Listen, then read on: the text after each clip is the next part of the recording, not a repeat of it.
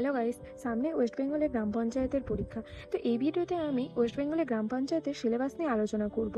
এখনও 2026-এর কী syllabus pattern থাকবে সেটা এখনও জানানো হয়নি, যদিও কিন্তু এই 4টে সাবজেক্ট কিন্তু সব পরীক্ষাতেই থাকবে। সো সাবজেক্টগুলি হচ্ছে ইংলিশ, বেঙ্গলি, ম্যাথ আর জিকে। ম্যাথের আন্ডারে গ্রাম পঞ্চায়েতের জন্য প্রিভিয়াস ইয়ারের অ্যানালাইসিস অনুসারে অ্যারিথমেটিক থেকেই অঙ্কগুলো আসে। তো আমরা শুধুমাত্র ম্যাথের আন্ডারে অ্যারিথমেটিকটাই করব। আর জিকের আন্ডারে যেসব পার্টগুলো আছে আমি সেগুলো তোমাকে নেক্সট স্লাইডে দেখাবো, এবং এক এক করে আমরা জেনে নেব যে প্রত্যেকটা সাবজেক্টের মধ্যে কি কি চ্যাপ্টারগুলো আছে, যাতে পড়তে আমাদের খুব সুবিধা হয়। সো এই হচ্ছে ইংলিশের চ্যাপ্টারগুলো। ইংলিশ থেকে সাধারণত 25 নম্বর আসে। তো এখানে সব চ্যাপ্টারগুলো পরপর দেওয়া আছে, যেখানে তোমাদের যাতে বুঝতে অসুবিধা না হয় তোমরা একটু পজ করে স্ক্রিনশটও নিয়ে নিতে পারো, অথবা লাস্টে আমি একটা নাম্বার দেবো যেখানে তোমরা সিলেবাসের পিডিএফ বলে মেসেজ করলে আমি তোমাদের এই পিডিএফটা পাঠিয়ে দিতে পারবো। সো এখানে হচ্ছে চ্যাপ্টারগুলো আছে parts of speech, tense, article, preposition, voice change, narration change, synonym, antonym, idioms.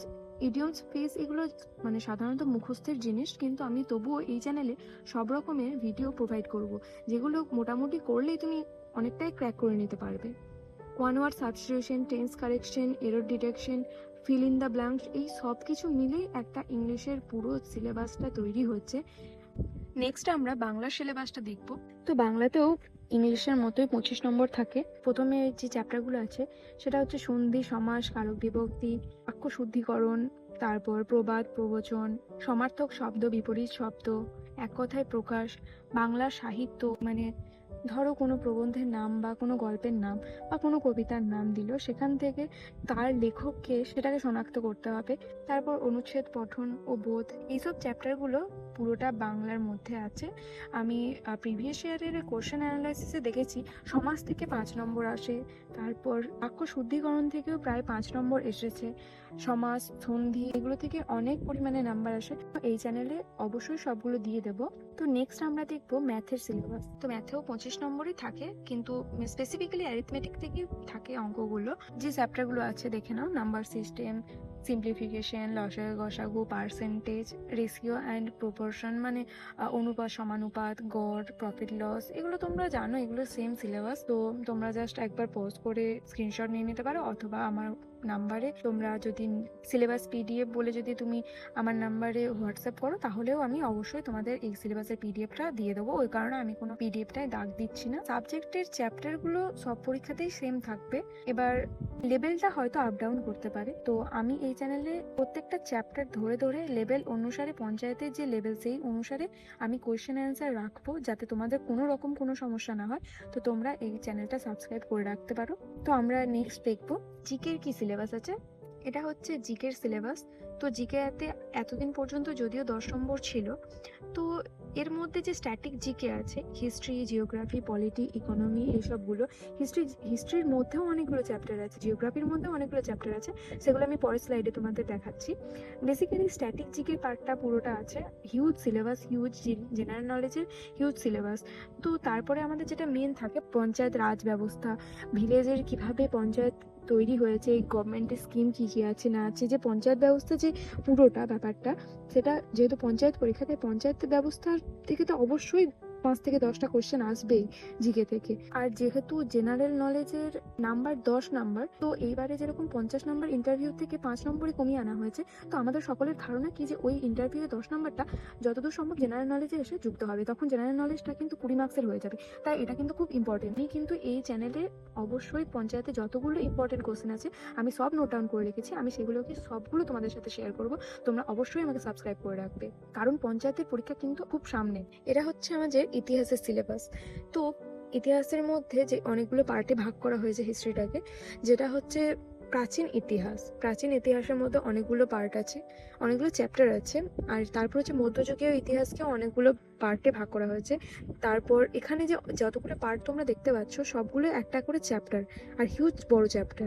তারপরে যেটা সব থেকে important, very very very important হচ্ছে মডার্ন হিস্ট্রি, মানে আধুনিক ইতিহাস। তোমরা পজ করে সব জিনিসটা দেখতে পারো যে কী কী সিলেবাস, কী কী চ্যাপ্টারগুলো আছে।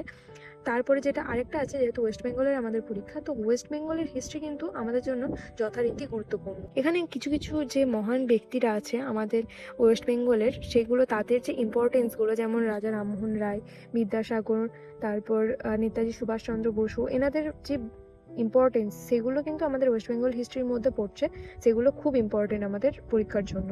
তো নেক্সট আমরা দেখবো জিওগ্রাফি। জিওগ্রাফিকেও আমরা এরকম কয়েকটা পার্টে ভাগ করেছি, যেখানে ফিজিক্যাল জিওগ্রাফি আছে। ফিজিক্যাল জিওগ্রাফির আন্ডারে আর্থ কিভাবে তৈরি হয়েছে, পাহাড় পর্বত সমভূমি সমতল কিভাবে তৈরি হয়েছে না হয়েছে, এগুলো সব এই ফিজিক্যাল জিওগ্রাফির মধ্যে আসছে, যেখানে নদী, ক্লাইমেট চেঞ্জ, তারপর মাটি, এই সব কিছু নিয়ে যে সিলেবাসটা আছে সেটা হচ্ছে ফিজিক্যাল জিওগ্রাফি সিলেবাস। আর দেন আরেকটা হচ্ছে ইন্ডিয়ান জিওগ্রাফি, যেটা হচ্ছে আমাদের পরীক্ষার জন্য খুব ইম্পর্টেন্ট, যেখান থেকে কোশ্চেন আসবেই আসবে। সেটা হচ্ছে ইন্ডিয়ান জিওগ্রাফির মধ্যে রিভার, ক্লাইমেট, ইন্ডিয়ান যে জিওগ্রাফিতে কি কি নদী আছে, কি কি ক্লাইমেট কি চেঞ্জ হয়, এগ্রিকালচার হেন তেন যেগুলো আছে সেগুলোর ম্যাক্সিমামটাই ইন্ডিয়ান জিওগ্রাফির মধ্যে পড়ছে। তারপর হচ্ছে ওয়েস্ট বেঙ্গল জিওগ্রাফি, এটাও সমানভাবে ইম্পর্টেন্ট। আর হচ্ছে এনভায়রনমেন্ট জিওগ্রাফি। ওয়েস্ট বেঙ্গল জিওগ্রাফিতে যে ডিস্ট্রিক্ট কতগুলো আছে, রিভার কি কি আছে, যেখানে গঙ্গা দামোদর নদী কিন্তু খুব গুরুত্বপূর্ণ। তারপর আছে সয়েল, ক্লাইমেট, এগ্রিকালচার। আমি এর বিস্তারিতভাবে বলছি না, কারণ এটা আমি শুধুমাত্র সিলেবাসটা ডিসকাশনে রেখেছি। আমি নেক্সট ভিডিওতে একটা একটা করে চ্যাপ্টার, প্রত্যেকটা চ্যাপ্টার আমি ধরে ধরে কোশ্চেন অ্যান্সার করাবো, তখন তোমরা বুঝতে পারবে। তাই সাবস্ক্রাইব অবশ্যই করে রাখো কিন্তু। নেক্সট এনভায়রনমেন্ট জিওগ্রাফি আছে, তোমরা একটু দেখে নাও সিলেবাসটা পুরোটা। নেক্সট হচ্ছে পলিটির এখানেও আছে ইন্ডিয়ান কনস্টিটিউশন, ঠিক আছে। কনস্টিটিউশনের মধ্যে কিভাবে কনস্টিটিউশন তৈরি হলো, প্রিএম্বল মানে যে প্রস্তাবনা, সূচিপত্র, সেটা কোন আর্টিকেলে আছে, কিভাবে তৈরি হয়েছে, আমাদের ফান্ডামেন্টাল রাইটস কি, ডিউটিস কি, আমরা কি করতে পারবো কি করতে পারবো না, সেগুলো সবকিছু কিভাবে আমরা দেশের নাগরিকত্ব পাবো, কিভাবে কি কি রুলস রেগুলেশন আছে, সবকিছু ইন্ডিয়ান কনস্টিটিউশনে লেখা আছে। কোথা থেকে আমাদের কনস্টিটিউশনটা নেওয়া হয়েছে সবকিছুই দেওয়া আছে। আর তারপর হচ্ছে গভর্নমেন্ট স্ট্রাকচার, মানে যেখানে president, prime minister, parliament, supreme court, এইসবের কাজ কত বয়স থেকে হতে পারবে, কোন আর্টিকেলে কী কী লেখা আছে, সব কিছুই আছে। আর দেন হচ্ছে স্টেট গভর্নমেন্ট, মানে আমাদের গভর্নর কী হবে, চিফ মিনিস্টার কীভাবে নিযুক্ত করা হয়, এসব কিছুই দেওয়া আছে। তোমরা একটু পজ করে দেখে নাও। সব থেকে যেটা ইম্পর্টেন্ট হচ্ছে সেটা হচ্ছে পঞ্চায়েত রাজ ব্যবস্থা, কারণ আমাদের পঞ্চায়েত পরীক্ষায় এটা থেকে কোশ্চেন অবশ্যই আসবে, যে কোন পঞ্চায়েতের কি কি স্তর আছে, কি স্তরে কি কি কাজ হয়, কোন কোন সরকারি প্রকল্পগুলো পঞ্চায়েতের আন্ডারে আসে, কোন কোন মেম্বারগুলো থাকে, সব কিছুই এই পঞ্চায়েত রাজ ব্যবস্থার মধ্যে থাকবে। এই হচ্ছে ইকোনমির যে সিলেবাসটা আছে সেটা হচ্ছে প্রথমে আছে বেসিক কনসেপ্ট, তোমরা একটু দেখে নাও। অ্যান্ড দেন আছে রুরাল ইকোনমি, যে এগ্রিকালচার স্কিম টিম যেগুলো থাকে, গ্রামের দিকে যে রুরাল পয়েন্টগুলো, সেগুলো এখানে দেওয়া আছে। আর দেন আছে আনএমপ্লয়মেন্ট প্রবলেম, গভর্নমেন্ট স্কিম, এসবগুলো। তারপরে ইন্ডিয়ান ইকোনমি যেগুলো আছে, এই ইকোনমি সাবজেক্ট থেকে খুব যে বেশি কোশ্চেন আসবে তা নয়, কিন্তু তবুও তোমাদের পড়তে তো হবে, সাবজেক্টে যেহেতু আছে সিলেবাসে। তো দেন আমাদের আছে ব্যাংকিং অ্যান্ড ফাইন্যান্সের যে চ্যাপ্টারগুলো, সিলেবাস কভার করার পরে তোমরা ইকোনমিক্সটা পড়তে পারো, এটা আমি তোমাদের রেকমেন্ড করবো, কারণ ইকোনমিক্স থেকে খুব কোশ্চেন আসবে না, এমনকি নাও আসতে পারে, আবার এলে হয়তো একটা কি দুটো কোশ্চেন আসতে পারে, খুব যে বেশি কোশ্চেন আসবে তা নয়। সো নেক্সট তোমরা কোন টপিকে ভিডিও দেখতে চাও সেটা তোমরা আমাকে কমেন্ট সেকশনে জানাও, আমি সেই টপিকগুলো আগে কভার করব। তাছাড়াও আমি প্রত্যেকটা সাবজেক্ট অনুসারে একটা একটা করে চ্যাপ্টার ধরে ধরে আমি করছি, তো তোমরা আমার ভিডিওগুলো দেখতে পারো এবং সাবস্ক্রাইব করে রাখতে পারো। আর যদি তোমরা এই পিডিএফটা পেতে চাও তাহলে তোমরা আমাকে সিলেবাস পিডিএফ বলে আমাকে এই হোয়াটসঅ্যাপ নাম্বারে মেসেজ করো, আমি তোমাকে সিলেবাসের পিডিএফটা পাঠিয়ে দেবো। সো দেখা হচ্ছে পরের ভিডিওতে। রাধে রাধে।